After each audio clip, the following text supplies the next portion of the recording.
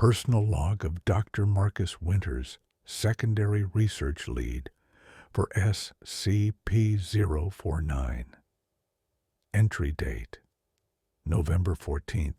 I've been assigned to take over Dr. Ham's position 7 months after his death, and they're finally replacing him. No one wanted the job. Can't say I blame them. My first interview with SCP-49 is scheduled for tomorrow morning. I've reviewed the files thoroughly. The medieval appearance, the lethal touch, the crude surgeries, those reanimated corpses. But what haunts me most are the transcripts. The way it speaks so eloquently about this pestilence no one else can see.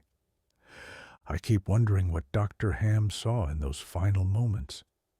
Did he realize what was happening when 049 reached for him? Did he understand why? Entry date, November 15th. I met the plague doctor today. Nothing in the files prepared me for the actual experience. It stood when I entered the room, a perfect gentleman in its bizarre, antiquated way. Nearly 2 meters tall, that beaked mask angled down at me with what I could swear was curiosity. The entity extended its hand before the guard barked at it to step back. It complied immediately, offering an apology that sounded genuinely contrite. "Another doctor," it said, the voice muffled, yet somehow crystal clear. "How fortunate I am. The Foundation finally sees reason." I introduced myself, explained I was taking over for Dr. Ham. It tilted its head at this. "Ah, yes, Dr. Ham, a regrettable necessity, but he is cured now. You needn't worry about him." The casual way it dismissed murdering my predecessor sent ice through my veins. Yet its posture, its gestures, all perfectly cordial, like we were colleagues discussing a mutual patient over tea. "I understand you believe you detected something in him," I said. "Something you call the pestilence." It leaned forward then, those eye holes in its mask suddenly seeming deeper. "I did not believe, Doctor. I knew, just as I know many things about the medical sciences that your modern practitioners have forgotten or never learned. The pestilence is insidious. It hides itself well, until it doesn't." "And what exactly is this pestilence?" It sighed, actually sighed, and turned away. "Always the same questions. I had hoped you might be different. The pestilence is the great dying, the scourge, that which corrupts body, mind, and spirit until nothing remains but... It tapped its temple furiously, searching for words. "Death would be a mercy compared to what it ultimately brings," it finally said. I asked if it detected this pestilence in me. It studied me for an uncomfortably long time. "No," it finally declared. "You are clean. For now." The session continued for another hour. It answered my questions cooperatively, even eagerly when discussing its medical work. I learned nothing new about its origins or the true nature of the pestilence, but I did gain something more valuable: its trust. Entry date, December 3rd. 3 weeks of interviews now. I'm beginning to map its patterns, its triggers. The entity becomes agitated when discussing modern medical practices. Vaccines specifically seem to provoke it. It calms considerably when allowed to lecture about medieval humoral theory. Today, I brought a sprig of lavender, kept it in my pocket. call it an insurance policy. But our session remained civil. SCP-049 requested new subjects again. It claims to be refining its cure, drawing closer to perfection. I denied the request as protocol demands. It accepted this with surprising grace. In time, it said, you will understand the necessity. Entry date, December 17th. The nightmares have started. In them, I'm always watching SCP-049 operate on a corpse, its hands moving with impossible precision. But as it works, I slowly realize the corpse is mine. I'm somehow both observer and subject. I feel every incision, every adjustment, and worst of all, I feel grateful. I wake gasping each time. Today's session was different. SCP-049 seemed distracted, kept tilting its head as if listening to something I couldn't hear. It asked about an outbreak of influenza in the facility, something I hadn't told it about. Just a seasonal bug, I assured it. Nothing serious. Is it? It replied. Are you quite certain? The way it looked at me then, I can't explain it, but I felt exposed, like it was seeing through my skin to something beneath. Entry date, January 4th. After the holiday break, I returned to find SCP-049 in a state of agitation. It paced its cell, muttering in what I believe was medieval French. When I entered, it rushed the observation glass. It's spreading, it said. Can't you feel it, Doctor? The pestilence grows stronger within these walls. 3 staff members have called in sick this week. Just coincidence, surely. But I found myself taking a step back from the glass. It noticed. Ah, it said, its voice suddenly gentle. You begin to sense it too. I ended the session early. Entry date, January 10th. I've been feverish for 2 days. Nothing serious. 100.4 at most. But SCP-049 knew immediately when I entered the room. You've been touched by it, it said. Not as a question. I denied it. Told it I was perfectly fine. The early stages manifest subtly, it continued as if I hadn't spoken. First, the fever. Then clarity of mind begins to waver. Soon, the corruption reaches deeper. I asked if it was threatening me. Quite the opposite, Doctor. I'm offering salvation. It reached slowly into its bag and withdrew a syringe filled with dark fluid. I can administer the cure now, while the pestilence is weak within you. It would be prudent. The guard raised his weapon, but I waved him down. The entity remained still, syringe extended like some grotesque offering. I'm not sick, I said firmly, and I don't need your cure. It tilted its head again, that damnable, curious gesture. You modern doctors, so certain of your own infallibility, so blind to what grows within you. I left the room shaking. Entry date, January 12th.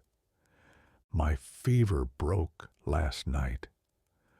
I feel better than I have in weeks.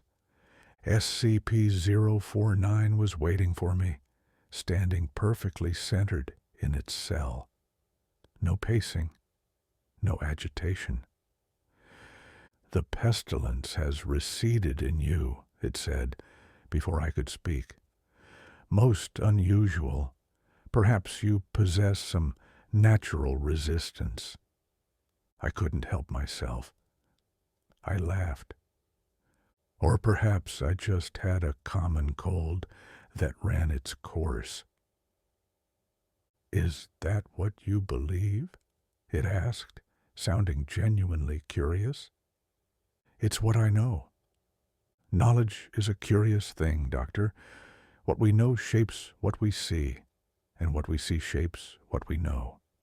Tell me, in your studies of my work, what do you know of SCP-49-2? The question caught me off guard. They're reanimated corpses, failed experiments. Failed? Its voice carried genuine surprise. No, Doctor, they are successes. Imperfect, yes, but successful nonetheless. The pestilence cannot exist in them, cannot take root, cannot spread. Because they're mindless husks, I countered. Because they are pure, it corrected. What you call mindlessness, I recognize as freedom from the corruption that plagues all thinking beings.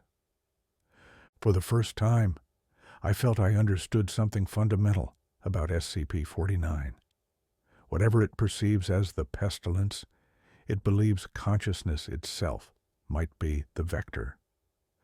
Entry date: January 28th. Today, I broke protocol.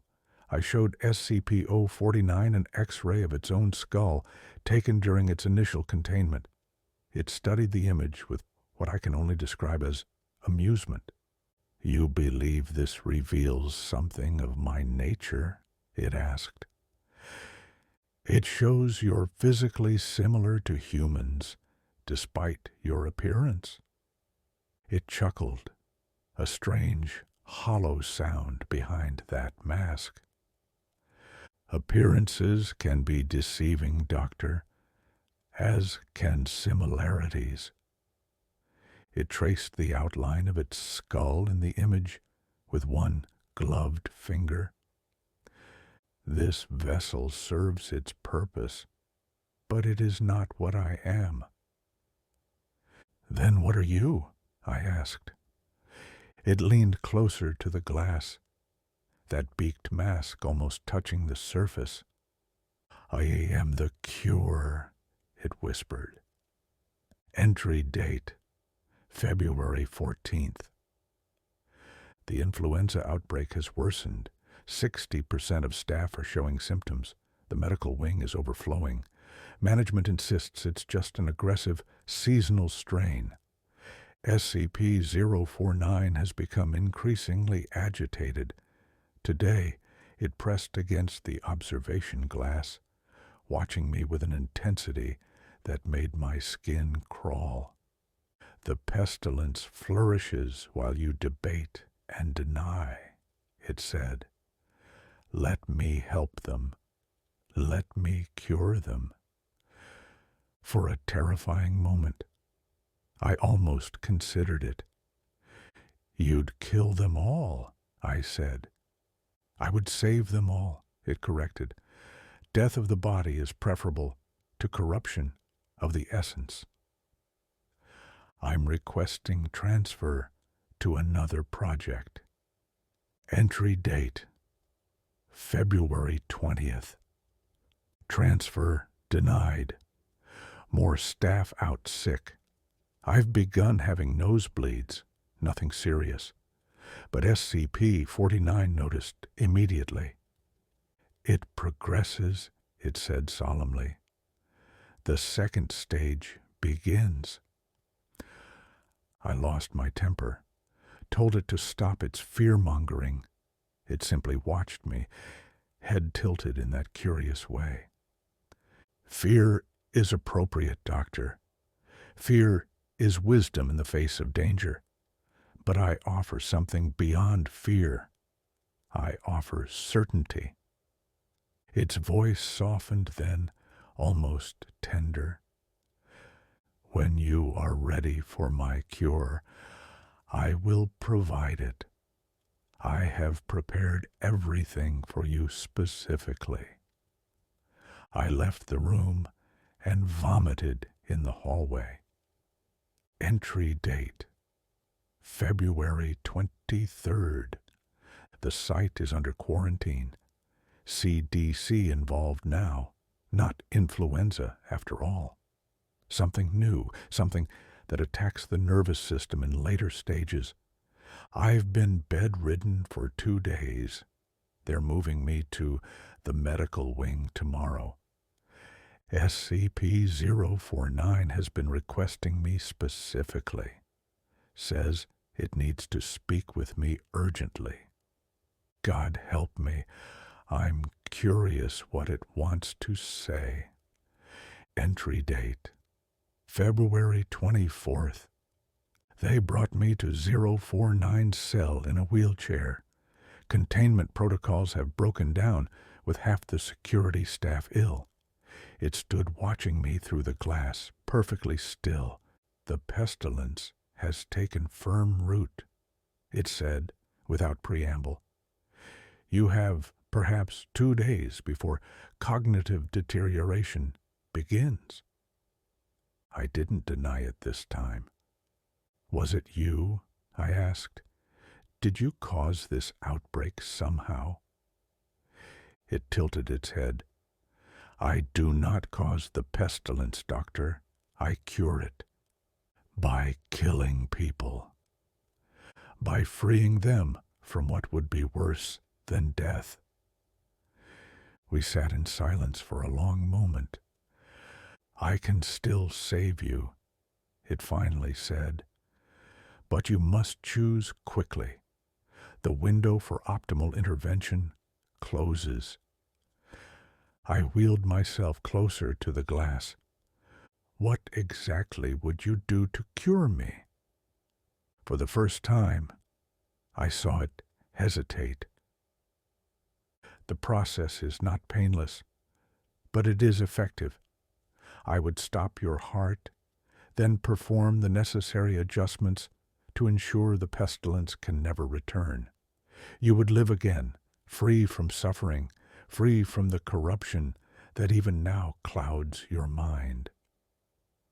As one of your mindless 049-2 instances, as a being beyond the reach of the pestilence, it corrected gently, the first of a perfected form. I studied that expressionless mask, trying to understand the entity behind it. You genuinely believe you're helping, I realized aloud. I know I am, it replied. Just as I know the pestilence is real, even when others cannot see it. Just as I know that your time grows short. It pressed a gloved hand against the glass. Choose, Dr. Winters. Die corrupted or live cured. I'm recording this final entry from the isolation ward.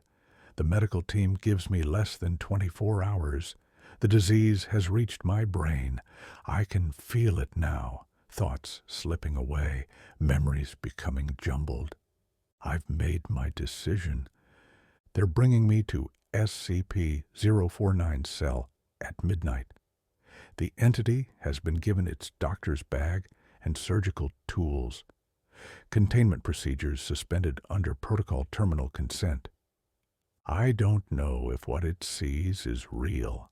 I don't know if the pestilence exists as anything beyond its own delusion. But I know I'm dying painfully, and it's offering an alternative. If you're listening to this, I've already gone through with it. I've already allowed SCP-49 to cure me. Perhaps I'm already an instance of SCP-49-2 shambling mindlessly through containment. Or perhaps I'm something else. The first successful cure. Either way, I go to it willingly. I go to it knowing. Because in the end, Fear of death may be the greatest pestilence of all. Thank you for listening to the SCP Labs podcast. Till we meet again.